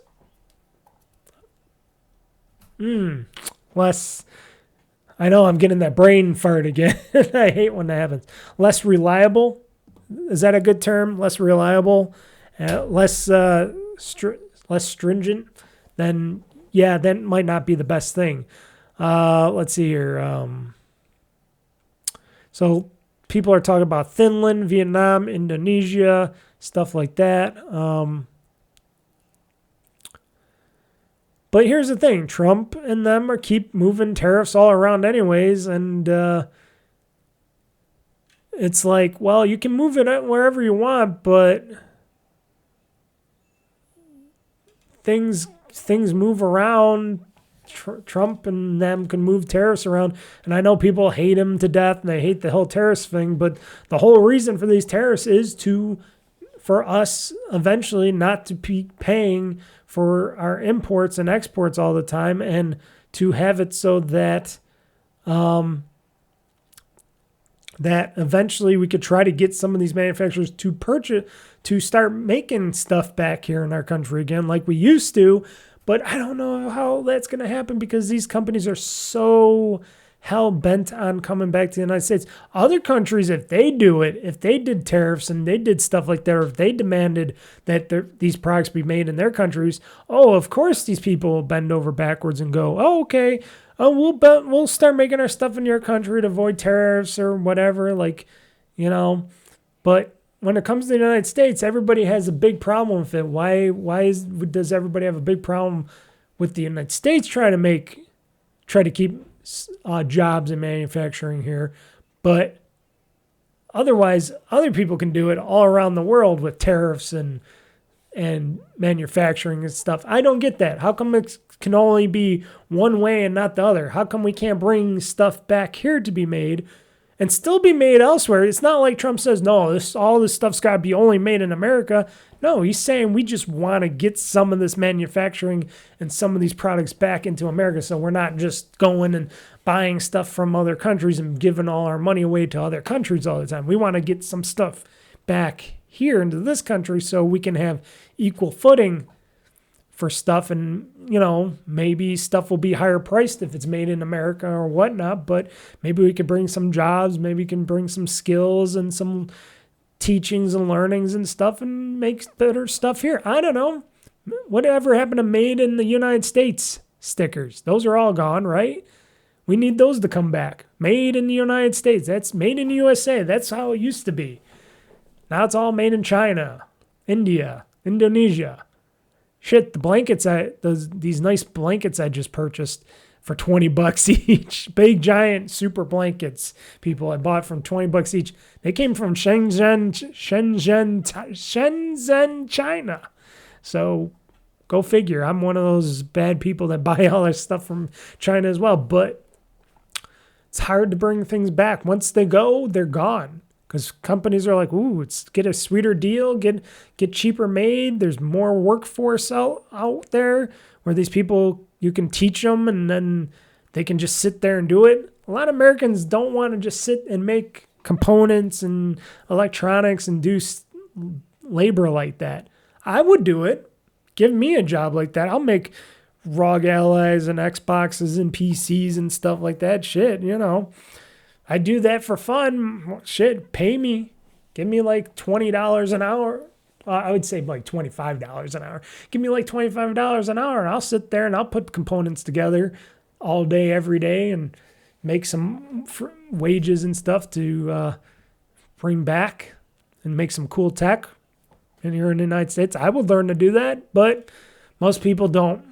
So I can understand one way for the businesses, but I can understand how Trump wants to get things back into the United States, to build back up the United States to what we used to be, which it's going to be a hard thing to do. Last news story for Asus here, but and I just got this. So for the longest time, we've been having some issues with the Asus ROG Ally, and minor issues. Like when I started up for the first time for a little while, I'll try to get in a game or something, and the Asus ROG Ally will just abruptly shut down and restart, and then it starts to work again, and you can play your games and stuff like that. But it was a little annoying and stuff. Apparently, that was caused by a graphics driver update, or it was because of a graphics driver.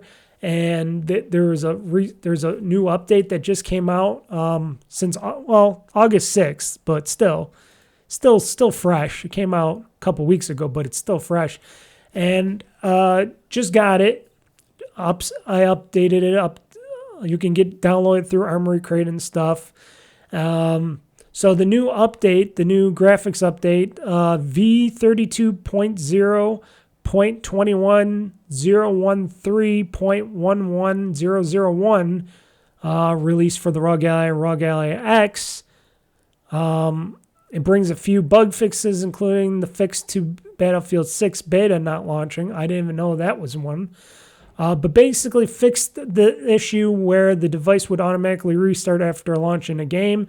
That was the main problem that caused my ROG Ally to start up again after I tried to launch a game or whatever.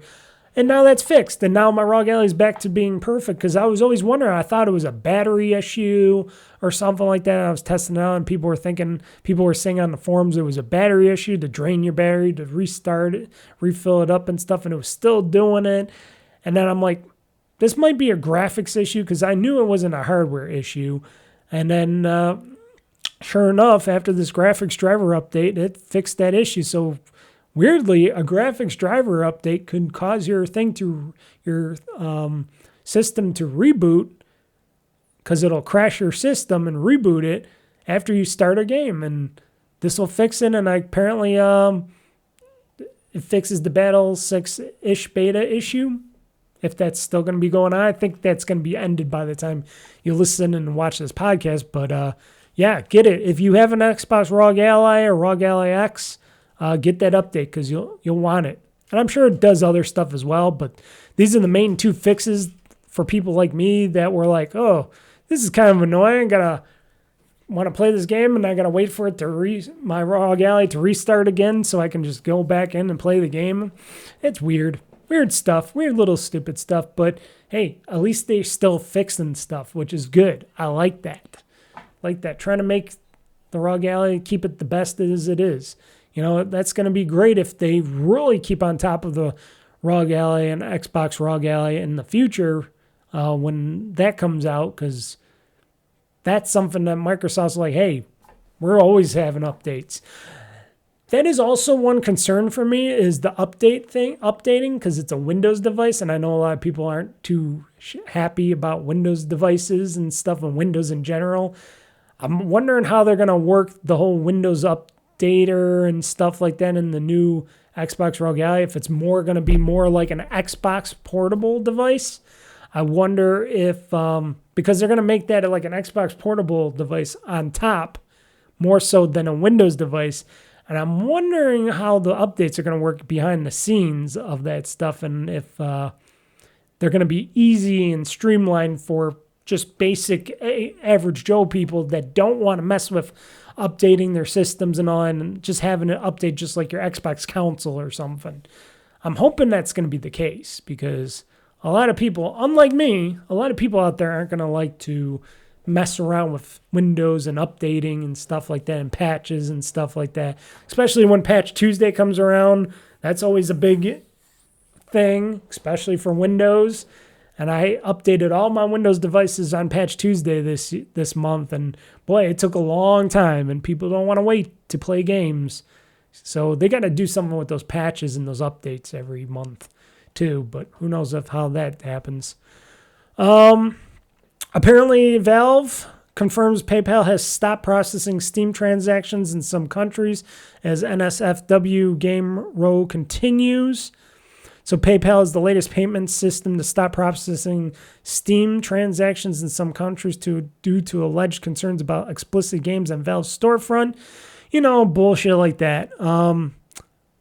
This affects Steam purchases using PayPal in currencies other than Euro, CAD, GBP, Japanese, AUD, and USD, which is United States. While no further explanation was given, Valve stated it hoped to offer PayPal as an option for these currencies in the future, but the timeline is uncertain. We're also evaluating adding additional payment methods to Steam for customers affected by this. It then suggested affected players use a Steam wallet code instead to add funds to their accounts, which I recommended that before. I don't know if I talked about it on this podcast, but I did recommend it like on a stream or something. Like, yeah, if you can't purchase a game or something, and I hope other people, not everybody has their own Steam gift cards or their own gift cards for their sites or something, but if you do, they do and stuff like Steam, Valve and Steam, luckily for them, they can sell, you can buy gift cards either from directly from them, or you can buy it in a store, an actual physical card with a code on it. And use those. You can use those to buy games, and that gets around the whole payment processing system that would be like a PayPal or somebody else from Visa or MasterCard and something. And that's what maybe people got to start doing more of. Maybe more of these online stores or something might start selling more of these gift cards and stuff in stores and stuff, physical cards, and just use them to for processing in there. I wouldn't doubt that. That might be a thing in the near future where if this whole, we don't want adult things in games and products and stuff to be sold because when eventually other stuff is going to be banned because of this so-called group in Australia that doesn't like adult stuff, and other people that are crazy about adult and incest and rape and all that. Okay, if it's in a game or if it's in media and stuff, and it's something that people watch, sure, you might think it's disgusting and shitty, but it is a way of life, and it's what a lot of people might like to see, and a lot of it is like kinky stuff, because even a lot of women like that stuff too. And women will watch sex stuff with their men and stuff, and they'll both get horny over that crazy bad stuff. And it's just crazy bad stuff that shouldn't be worried about unless if it's actually happening to real human beings and sex trafficking and stuff like that. That's bad stuff. That stuff is bad, really bad. It shouldn't be happening. But if you got anime and stuff and fake stuff like that, why are we blocking that shit? You know, if it ain't real and it's all fake shit, that shouldn't be blocked. If it's real or whatever, yes, block that shit. Yes, that's a no-no. That should be taken away. But canceling people's processing their money and stuff like PayPal and Visa and MasterCard, that's just lowballing. That's just stupid. It's just really bad. I don't agree with it. That's censorship, especially in this country. Other countries got different laws and stuff, so it might fly more in other countries, but here that's considered censorship, and they've been trying very hard to censor stuff here in America again, and it's just like these politicians just got to stop doing it. Think about the children. Well, think about parents being parents and doing parenting. That's what I got to say. First off, parents should be parents and they should do parenting first. Two, if there's bad shit going on behind the scenes and people are doing it and you catch them, they should pay for it, and they should definitely be paid. They should definitely be caught and pay for their crimes. If it's fake stuff that people do in anime and whatnot and entertainment and stuff like that, then you don't have to watch or see it. But don't take it down for the rest of us, because that's censorship. It's stupid. It's just like if there's Nazi propaganda or something like that online or on a website or something, and somebody's writing something in a forum, you shouldn't censor it. You can block it from your own feed or something. Let people block it in their own feeds, or put it behind a wall saying, hey, you can view this if you want, but this is very explicit and bad and da-da-da. Nobody agrees with this, but do not outright censor anything. It's just really such a bad thing. It's going down a bad road.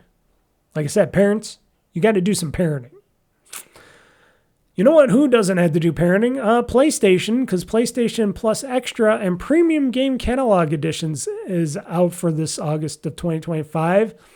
Games like Mortal Kombat 1 for the PS5, Marvel Spider-Man, meaning the original Spider-Man for PS5, PS4, Sword of the Sea, PS5, Earth Defense Force 6, PS5 and PS4, Unicorn Overlord, PS5, PS4, Altair Riza 3, Alchemist of the End of the Secret Key, PS5, PS4, Indica, PS5, Harold Halibut, PS5, and Coral Island, PS5.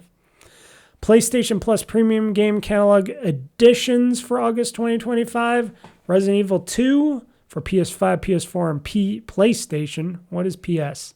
Is that like PlayStation Online? What is that? PlayStation? I don't know. Resident Evil 3 Nemesis for PS5 and PS4. Oh, I just bought Resident Evil 3. Nemesis. PlayStation Plus subscribers can also look forward to diving into all the new game catalog games. Let's see here. Nothing else to be on that, but that's some PlayStation stuff. Even though, like I said, I'm not a PlayStation person, but I know there's people out there that want to know what's coming out for PlayStation or PlayStation Plus for their game catalogs and stuff. There you go. Bunch of interesting stuff. Like I said, Mortal Kombat 1 is fun. Marvel Spider-Man's good. Earth Defense Force 6, I don't know. I played the other Earth Defense Force games. They're pretty good. Don't know about the other games. Resident Evil 2 and 3, I hear people like a lot. I'm smelling something really not good. Somebody must be cooking something really stinky in the house, I'm guessing. It smells like a wet fart. It smells like a wet fart in here. Or something. It smells like bad gas. Bad gas. Somebody's cooking something really bad. I got to hurry up with ending this podcast because it's making me feel... Let's see here. PUBG has decided it's finally time to leave PlayStation 4 and Xbox behind and just stick with next gen and the future gens. Yep. So 8 years of service. PUBG has announced that earlier editions for PlayStation 4 and Xbox One are going to be not being updated anymore, that they're going to go away, that they're going to just transition to its console version to supporting just the PlayStation 5 and Xbox Series X and S later this year, and PC, of course. Why not? It's always going to be supported. They stated that this shift is a necessary step toward aligning PUBG console with current-gen consoles. The game's development team wrote to provide our players with more stable gameplay environment on console and ensure a smoother, more seamless experience with future updates. We decided to transition to current-gen consoles. Following this transition, console players will see improved visuals and more stable frame rates. In addition, we expect to reduce ongoing crash issues through memory-related optimizations. As part of the transition, we will be ending support for the PlayStation 4 and Xbox One. PUBG will remain downloadable and playable on the PS4 and Xbox One until November 13th, 2025 of this year, after which will no longer be accessible. Account details and purchase items will be preserved. However, if players log in on a PS5 or Xbox Series X in the future, after this time, the Series S supported specs will offer 1080p/1440p at either 60 frames per second or 30 frames per second, while the PlayStation 5 specs will be 1440p at 60 frames per second. Xbox Series X and PS5 Pro specs will be at 2160p and 60 frames per second. Still, despite the improvements on offer for newer consoles, it's clear there's some nostalgia for Sony and Microsoft's older machines, but it wasn't a decision they made lightly, and they got to move on. Yeah. So 8 years of keeping PUBG on older consoles. I don't play PUBG, but I always loved watching people play PUBG, but I always saw a lot of people play PUBG mostly on the PC compared to consoles. Interesting. So, you ever hear of this game? It's like The Sims, but it's made by Chinese people, I think, from Crafton, called Inzoi. So apparently Inzoi, which I almost purchased on Steam, by the way, but I heard at the time I heard it was going to come maybe to Xbox, but now it's looking more likely it isn't, but they're in consideration of it. But Inzoi is coming to the PlayStation 5 next year, but an Xbox release is only under consideration for now. So impressive looking life sim Inzoi will launch on the PS5 next year, sometime in 2026. Though an Xbox launch looks further off, if they decide to do it at all, while publisher Crafton couldn't provide any further information. They should just, you know what they should do? Instead of doing an Xbox version, they should do an Xbox version that is Xbox PC version, an Xbox PC version, just like the Switch version, or the Steam version, I mean, do an Xbox PC version where you can play it anywhere and it'll be working on all the consoles and all the handhelds. That would be better for them if they did that, because then they don't have to worry about the console as much. But they're saying they're hard at work on a release for the next gen console, but they don't know if they're going to do it for Xbox people. For me, I would have liked to play this on Xbox, or, you know, Xbox for PC, because then I could get the achievements. But I was considering to get this game on Steam because it was at a cheap price. I'm still looking into it. I'm waiting for them to do some other major updates that I hear that they're still trying to get done with the game. But I don't know. It's just one of those things where it takes a long time, and do we know if we really want to play it or not? I like the original Sims, but this looks like really cool Sims. It looks really good. I'm thinking about getting it. I don't know. We'll see. I might get it. I might eventually get it for Steam or something. But if it does eventually come on an Xbox or Xbox PC game, or for PC, Xbox for PC, that'd be cool. Or PC Xbox, or whatever they call it. That'd be pretty good. It looks like a decent game. Other news, did you hear? Xbox president delighted to join the board of directors at Tyson Foods. Guess who that is? Sarah Bond. So Sarah Bond is the Xbox president of Xbox. She's going to be on the board of Tyson Foods. Who would have thought that? Why? I don't know. She's simply signing up as an independent director for the company. So why would you do that anyways? Even though she is the president of Xbox, why would she want to be a part of that? That's so far from what an Xbox is, unless if she's like, yeah, let's do some product placement for Xbox and Tyson Foods. Get a Tyson Foods Xbox box or whatever. I don't know. I think she just wants to do more business-like things, you know, to expand and stuff. She isn't meaning, it doesn't mean she's leaving Xbox or anything. It's just like she's just signing up for more stuff. I don't know. When I hear about people that do this, that sign up to be directors or leaders of other companies, but they're not really leaving the main company that they're at, it's just like, so why are you going to another company? Why don't you just focus on the company and the product that you're supposed to be focused on? Why are you spreading yourself thin? And a lot of people are doing jokes on this, about this right here, saying, hey, guess what? Your next TV dinner is going to be a large X-shaped chicken nuggets incoming. Tyson Food Simulator, the game. She should consider giving Tyson her full and undivided attention.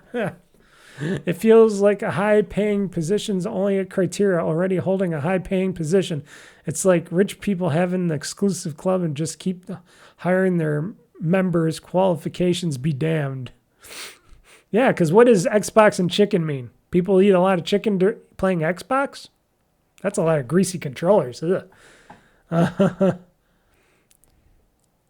It's her not leaving I'm worried about. It's funny how they lots of layoffs at Tyson Foods incoming. I love how these people just pour in with the funnies. The funnies. She's not, and then it says underneath the title here, she's not leaving Xbox, don't worry. I don't think anybody was worried. She's a pretty face, but what did she do to actually help Xbox too much? I don't know. I like to rag on her a bit. Same with Phil Spencer. because he's supposed to be the nice guy of gaming, and he is. And I can see that most of the time he's still over his head, even though he's been a Xbox CEO and executive for many, many years over at Microsoft. But hard times for them. Hard times. And maybe Sarah Bond's the same way. I don't know. I give her a shadow of doubt sometimes, even though she still, it seems like she just follows the product and the message, and she doesn't try to speak her own voice. But I don't think many people speak their own voices over there at Microsoft. They go back into that whole, we have a special written presentation statement for you. Read this. Do this. It's just weird that way to me. But this guy's leaving again. So after 5 years driving the Diablo franchise, Rod Ferguson is leaving Blizzard and Microsoft. Woohoo! Who would have thought that? Oh, hold on. You didn't notice that. I had to pause for the cause for a second there. But yeah, Rod Ferguson is leaving Blizzard and Microsoft after 5 more years with the Diablo franchise at Blizzard. He left many times from Microsoft. Because you remember, he used to work, he was best known for his work on the Gears of War series, and then he left Gears of War and Microsoft behind, and then he went to Activision Blizzard to work on Diablo 4 and stuff, and then Microsoft took over Activision Blizzard, and then he became back as a employee at Microsoft and at Microsoft, aka Xbox and Microsoft. And now he's leaving again because, you know what? He just doesn't really want to stay at Microsoft, I guess. He's like, I keep buying companies that I keep moving on for, and they keep bringing me back in.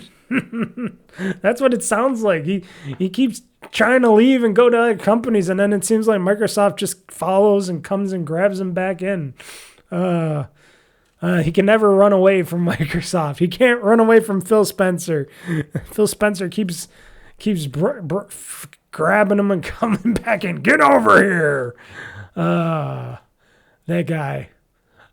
He does good work at fixing and cleaning up and making sure games ship well. He's a good person for that. And I'm surprised Microsoft and Xbox, Blizzard and all them just don't try very hard. Like, hey, what do you need to stay here? You keep stepping away.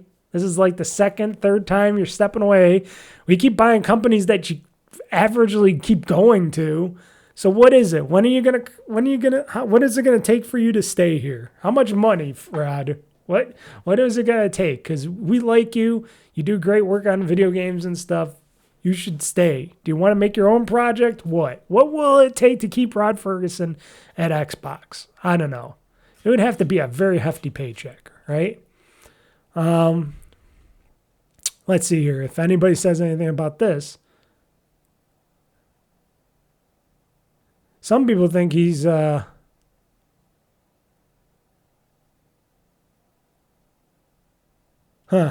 people like him. Some people don't. Somebody says that Diablo and Gears of War were turds when he made them. I'm like... Okay, dude, they sold millions of copies. They were like really good games. I don't know what some people are like, but I don't know. Some people like him. Some people don't. I think he did an excellent job on all the Gears of War games that he did. They worked on. I think Diablo 4 is very fun. I'll keep going back to it. I just wish it was on I could play on my ROG Ally and not through the stupid Blizzard store. Or the Blizzard, what do you call it? What is it called? The battle.net bullshit where I can get achievements. Because I can't even play that on what do you call it? Shit. I can't play Diablo 4 on streaming. I can't even stream it to my ROG Ally or anything because they don't offer streaming for that game. Because obviously it's on Xbox and it's on PC technically, but... I want to play it on my ROG Ally. I want to play it on the go. That's the game that I know is meant to be played somewhat on my ROG Ally. I would love to play Diablo 4 on my ROG Ally, but I can't because I would have to get battle.net because they didn't put it into the Xbox ecosystem properly. And if I do get Battle.net and I get it on there, I'm not going to get any of my achievements from it because I'm an achievement whore and I need the game. So I play it on Xbox once in a while. I'll get back into Diablo and I'll play more on the Xbox. But it saddens me that I can't play it on my PC or my ROG Ally due to the fact that for some reason they wanted to keep it on Battle.net and stuff. I know Activision Blizzard was purchased after Diablo 4 and all that stuff, and it would take a little bit of work, but they can take that shit off of the Battle.net. They can put Battle.net and sunset that shit and just bring it into the Xbox ecosystem already. Bring it all in. Make it all one. Stop having us having to download different, game places. What do you call them? Game server thing. I can't even say it. Game ecosystems to play the game. Should be on the ecosystem that I am at, like Xbox or Xbox PC. I'm just saying, it's all these different things that you got to download games from, like the Ubisoft store and this and that, and you got to download all these other people's storefronts and stuff to play these games. No. Steam and Xbox. Offer your game everywhere. That's what I'm saying. And final game news, which is not really game news at all, but Jurassic Park Survival game, or Jurassic Park Survival, that's what it's called, had an official behind-the-scenes featurette showing off more of the game behind the scenes. The Indian lady character, the lady that's Indian that's playing the lady in the game, which she looks pretty good. And this is the team at Saber and NBC Universal. And showing off the process of bringing players back to the original movie, recreating many of the wonders and dangers of Isla Nublar. Jurassic Park Survival is coming soon to PlayStation 5, Xbox Series X and S, and PC Steam. And I cannot wait till this game comes out. They don't have a release date for this game yet, but I'm very, very excited because it looks very good, looks amazing, and the original Jurassic Park, even with The Lost World and all those other Jurassic Park movies and stuff, they can't hold a flame to the original Jurassic Park.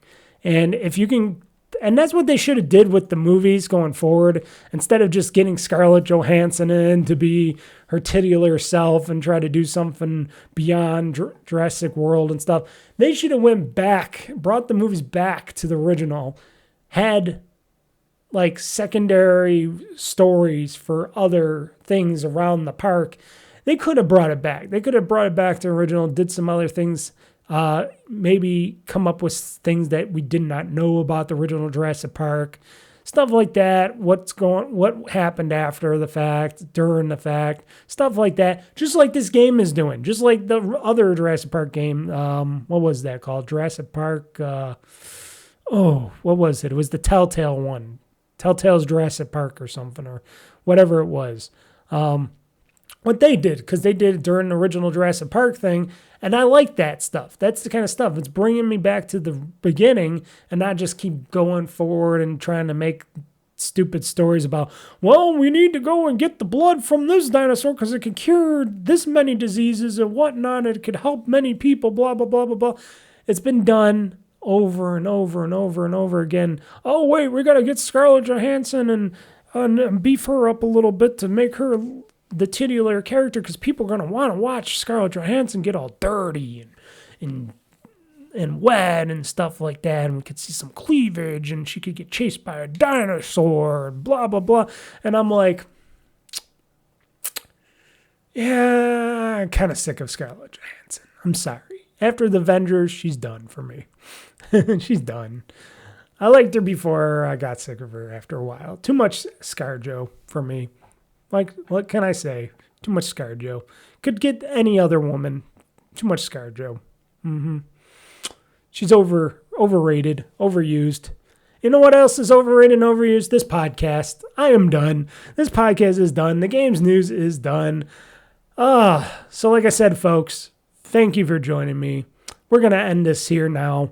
Maybe I could get a little bit of editing time in, just a little bit, just to start it off. But I'm going to have to upload and do all the stuff tomorrow because it would take too long for me to do any of that stuff today.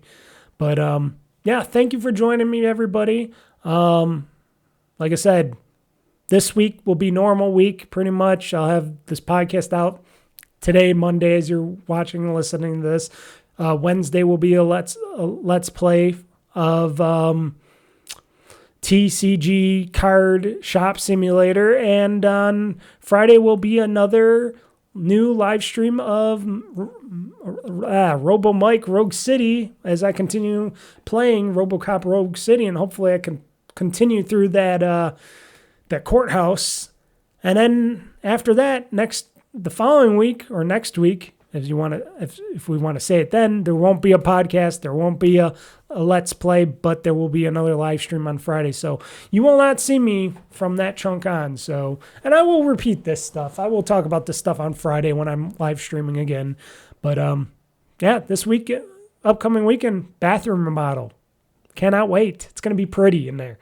Right now it's pretty old looking, but not in those 4 days. It's going to look pretty good. I'll see if I can get anything gaming-wise done that weekend, but I don't know. I'll be probably too tired after I do all this work that I want to sit and play a game or anything. I'll probably just lay back and watch some Teenage Mutant Ninja Turtle movies. I got the originals on Blu-ray that I just got, so maybe I'll watch those. But anyway, folks, thank you for joining me. Like I said, you can catch all this and more on my OldFreakyGamer.com website. I also got the scheduling there if you want to see what my future schedule is going to be like going forward. All the videos that you see also are on my YouTube channel at youtube.com/OldFreakyGamer-2023. As I like to continue to state, please subscribe to the channel. It costs you nothing and doesn't give me nothing, but hey, I like to know how many more people want to subscribe to it. I want to grow the channel. I want people to grow and know about the channel. Because you never know. Maybe I'll start selling t-shirts and stuff like that. I know I keep saying that, but who knows when that'll happen. But when I get the time and I can start developing and making stuff, maybe I'll make some cool shirts and stuff like that and cool tees and other stuff. Just thinking. Otherwise, thank you for joining me. I am Mr. Mike. This has been the GamezAttack podcast, episode 70. Already episode 70. Holy cow. Mr. Mike saying, game on, game hard, world conquest. I'm pushing this gaming button. This show is now game over. See ya. Pixels flicker neon bright. Old freaky gamer plays all night. Joystick in one hand, fries in the other. He's the king of one more level, brother.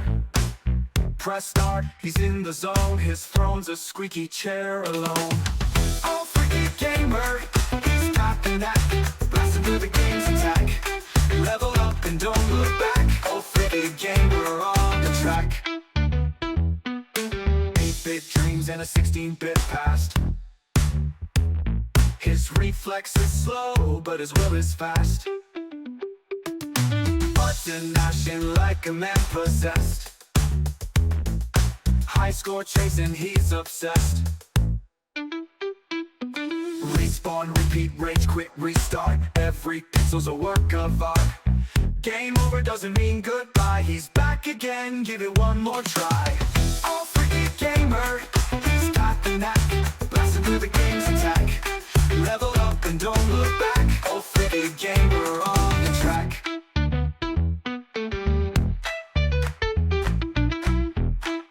Game over.